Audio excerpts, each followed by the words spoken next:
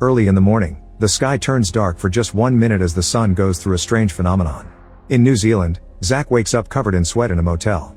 He looks out the window and notices that the sun looks weird. Then he goes to the kitchen to drink some water and turns on the radio, but there's only static.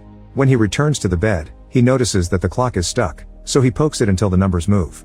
He also tries calling the reception, but nobody answers. Afterward, Zack leaves in his car. He stops at the gas station to fill his tank, but when he tries to pay he can't find anybody. He goes inside the building through a back door and finds a coffee maker on the verge of burning, so he unplugs it. Next he checks the bathroom, which is locked from the inside but there's nobody in it. Zack decides to leave and finds lots of abandoned vehicles on the road. Eventually he sees a house, so he stops to knock on the door, but nobody answers here either. He then breaks the glass on a door to reach inside and unlock it so he can go in. In the kitchen he finds a broken boiler spreading water all over the place, so he shuts it down. Every room is searched yet there's nobody around, even though there's an abandoned breakfast in bed. Back on the road, Zack sees various crashed vehicles, but not the owners or the authorities. This distraction causes him to almost crash into a badly parked fuel truck, but he manages to dodge it just in time. Zack then looks inside the truck and finds the seats empty, so he tries to use the radio. Unfortunately it doesn't work either. When Zack finally makes it to the city, he also finds it empty and with vehicles randomly abandoned on the streets. He keeps looking around the area and notices some dark smoke nearby. It turns out a plane has crashed and destroyed a house. Zack looks everywhere yet he can't find a single body. Moments later he arrives at the satellite research station where he works. This place is also empty, but that doesn't stop him from sitting at a computer and trying to contact other stations around the world, to no avail. He also tries using a landline phone but it doesn't work either. The only message he finds is a fax saying they're proceeding with Project Flashlight as scheduled. It appears some words are missing. Zack takes the elevator to the basement lab and looks at another computer, which says that Project Flashlight has been completed. Then he enters the control room and finally finds a person. However, when he turns the chair around he discovers that his coworker is dead. His hand is burned, his eyes are bulging, and there are weird lumps on his face. When the body collapses on the controls, an alarm is triggered and the computer voice announces that there's radiation danger, so the lab will be sealed. Zack immediately runs to the elevator, but it's already closed. A desperate Zack then tries to shut down the emergency system, but the screen only tells him to talk to administration, which is obviously empty. He goes back to look at the body and tells him that his experiment has caused humanity to disappear. The computer voice interrupts him to announce rising ultraviolet levels, so protective clothing is necessary. Zack gets an idea and runs to find a burner and some gas tanks. He turns the burner on and opens the gas, then he leaves them together in the bathroom before running to hide in an office. There he finds a recorder, so he listens to the latest message. His co-worker's voice explains that they've been using incomplete programs in their computers and that headquarters have been withholding information, so he refuses to work blindly. Zack decides to add his own message to the tape. He mentions that Project Flashlight has malfunctioned and that he's the only person left on Earth. At that moment the gas tanks explode, creating a hole in the ceiling that allows Zack to leave the basement. In just a few minutes, he's out of the building. Afterward, Zack goes to the radio station and broadcasts his name, address, and phone number in case anyone is listening, asking them to contact him. He also paints this message on street signs with huge arrows pointing at it. Then Zack returns to the motel and waits for a while, but nobody comes or calls. Sometime later, Zack steals a police car and drives around town while using the loudspeaker, asking any survivors to please come forward. Unfortunately, nobody comes out. In the evening, he plays a saxophone in the rain. At the motel, Zack is tired of hearing his own voice on the radio and gets so drunk that he starts breaking objects. Since things are obviously not getting better soon, he decides he needs an update. 5 days later, Zack is living in a mansion decorated with art he took from museums and starts his mornings drinking champagne with an egg. Suddenly there's a strange flash of light, so Zack goes to the balcony to investigate, but he finds nothing. Later in the mall, Zack gets a bunch of supplies in the back of a car.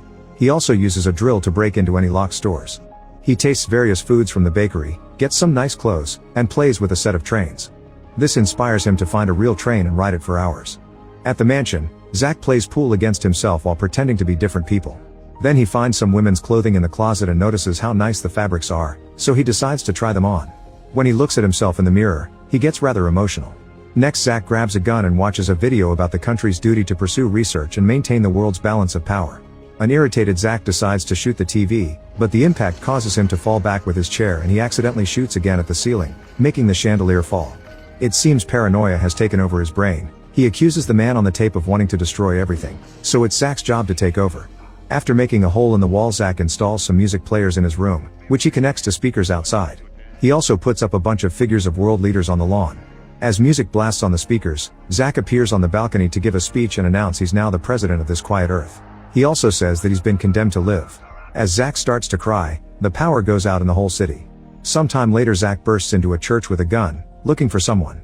He keeps yelling "Where are you?" and threatening to shoot Jesus if this person doesn't come out. Since nobody comes, he starts shooting the Jesus statue until it falls. He also uses an axe to destroy a set of computers, saying he's now God. Afterward he drives a huge truck through a gas station and accidentally runs over a pram. Zach immediately runs to check on it because he's afraid he may have killed a baby, but the pram is empty. While the gas station catches on fire, Zach grabs his gun and tries to self-delete, but he hears the building explode and decides not to do it. After a nice swim in the sea, Zach installs a generator to have power again. The next time he goes to town for supplies, he hears a strange noise nearby. He grabs his gun and hides in the store, but nothing happens. While driving down the road, he wonders if a car has been moved or if he's imagining things. At home, Zach connects a remote control to the mower to take care of his garden without lifting a finger. Then he uses his computer to check the radiation levels. Some numbers seem to be higher, so he tells the computer to keep an eye on them. Suddenly he hears the noise again and turns around to find Joanne pointing a gun at him. Zach puts a hand up and Joanne lowers the gun, explaining it isn't real. The relief of finally finding another human being causes them to hug. In the evening, they share a nice dinner and talk about what they've experienced since the event. Joanne says that she saw a dead baby in the hospital covered in maggots, but the child had been dead for less than 3 weeks.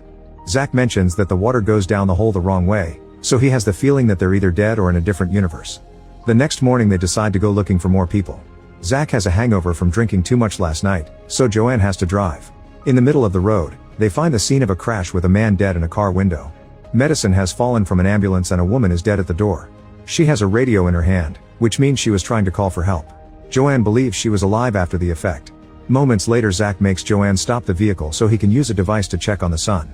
He asks Joanne if the sun is pulsating and she says no, so he throws his device away. In the evening, they decide to stay at a motel. During dinner they discuss the probability of finding more people. Joanne thinks there are others, they just are trapped or too afraid to leave. The following day they each take a different vehicle to cover more area and keep in touch using walkie-talkies. Joanne goes to the hospital but she can't see the dead baby anymore. Zach goes to the local university and connects the generator to the computer. Suddenly another strange light flashes and Zach senses something strange in the air. Joanne calls him to tell him she also felt something weird, then she goes to check the prison while Zach searches the library. Neither of them finds a single person. During dinner, Zach tells Joanne that Project Flashlight had been an American idea and other countries were only helping. The Americans had been experimenting with energy transmissions through a grid surrounding Earth, which would allow planes to fly without needing to refuel. Joanne calls it men playing to be God, but Zach thinks there's no proof their experiment caused this and thinks God could have done it. Joanne refuses to believe God would do this and has a breakdown, so Zach comforts her. The following morning, Zach is startled awake by the phone ringing. He picks it up only to hear Joanne pretending to be the receptionist. She brings him breakfast in bed and he accidentally spills the hot food on his lap. It seems they've spent the night together and now they're a couple. Afterward they race their cars through the city to have some fun before splitting to continue the search. Zach goes to the lake and reads some science books before recording his conclusions. He believes that the fabric of the universe has been altered and is now unstable. On his way back to town, Zach finds a huge truck blocking the street so he has to make a turn. However, he finds another street blocked by cars. He takes the only free street but drives for just 1 block before encountering another truck. When he tries to leave by moving in reverse, a new truck comes out of a building and blocks him again. Zach leaves his car to investigate but doesn't find anyone on the truck's seats. Suddenly API jumps out the back of the truck with his own gun and disarms Zach before patting him down. He also asks if he's seen anyone else, and Zach says no. At that moment Joanne tries to contact Zach, so API realizes he's been lied to and forces Zach to take him to his friend. At the park, API hides while Zach reunites with Joanne. When API realizes they aren't dangerous he comes out and drops his gun, so the three of them share a hug. The trio leaves together and doesn't stop driving until night falls, so they camp around a fire. API shares that before the incident, he had been fighting with a friend. While they punched each other, they fell into the river and the friend took the chance to overpower API, holding him underwater. As he fell unconscious, API's spirit left his body and watched the scene from above. When the effect happened, his friend disappeared and API could feel his spirit traveling toward the strange light. However, the weight of life sent him back to his body. Hearing this story makes Joanne remember that when the incident happened, she had been electrocuted by her hair dryer. After Zach remembers that the night before he had mixed alcohol with his medicine, he realizes he must have died too. The trio concludes that they survived the effect because they were dead when it happened.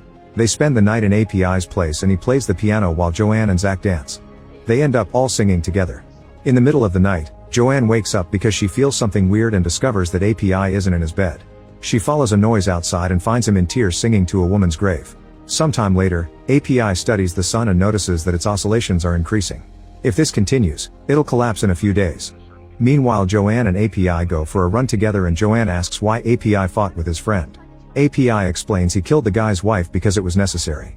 Joanne now isn't sure if she can trust him.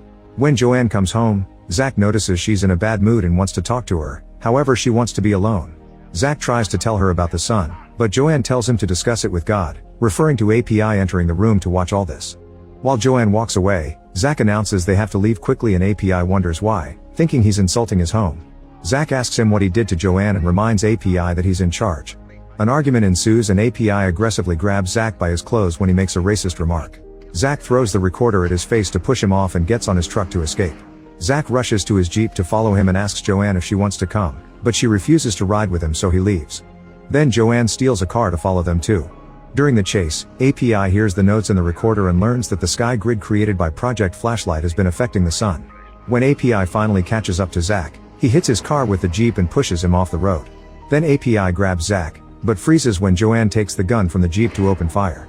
A frustrated Zach admits he knew there was something wrong with the project for a year, but he didn't say anything and now he's living with guilt.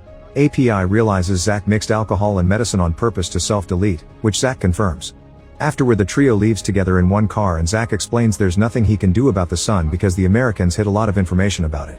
At home, Zach runs more tests and concludes that the effect will happen again. Suddenly there's a flash of light and Zach disappears. Joanne looks for him while API begins walking on the wall. At the same time, Zach is alone in an alternate version of the room without the others. He can hear Joanne calling him and looks for her outside, but he can't find her. Joanne can hear him too, yet she can't see him either. Thinking Zach is gone for good, Joanne and API comfort each other with a hug. However, Zach comes back inside and easily reunites with them. He says this was just a tremor and next time they'll get the real effect. API thinks they must bring the grid down to solve this, so he takes his friends to a military warehouse and blows up the door to enter. They find many trucks and a huge amount of explosives, which they can use to destroy the grid. While loading the explosives on a truck, Zach concludes that API and Joanne aren't real and he's been hallucinating. Then API drives the truck with explosives while Zach and Joanne get in a car. Zach wonders if Joanne likes API more, so Joanne tells him about API's crime. She looks away from the road to kiss him and almost crashes into a truck, but Zach manages to move the vehicle just in time. When API arrives, he stops his truck because there isn't room to pass and announces he'll push the other truck out of the way. Joanne and Zach hide behind their car while API gently pushes the other truck a few times to no avail. API then moves back a mile and starts driving at full speed, causing both trucks to scratch each other. Luckily there's no crash and the vehicle with the explosive safely reaches the other side. Joanne decides to travel with API so Zach has to follow them alone in the car. Minutes later Zach hears his device beeping and tries to call the others, but API turns off the walkie-talkie. A furious Zach drives faster to reach the side of the truck and yell at them. However, both vehicles have to stop when they find a one-lane bridge. While API and Joanne secretly hold hands, Zach explains that they can't go any closer to the lab because the radiation levels are too high. The trio watches the lab from afar and Zach gets an idea. They could use his remote control to guide the truck without anybody inside. Zach will have to go to town to retrieve it and Joanne offers to go with him, but he turns her down. After he's gone, API and Joanne get naughty.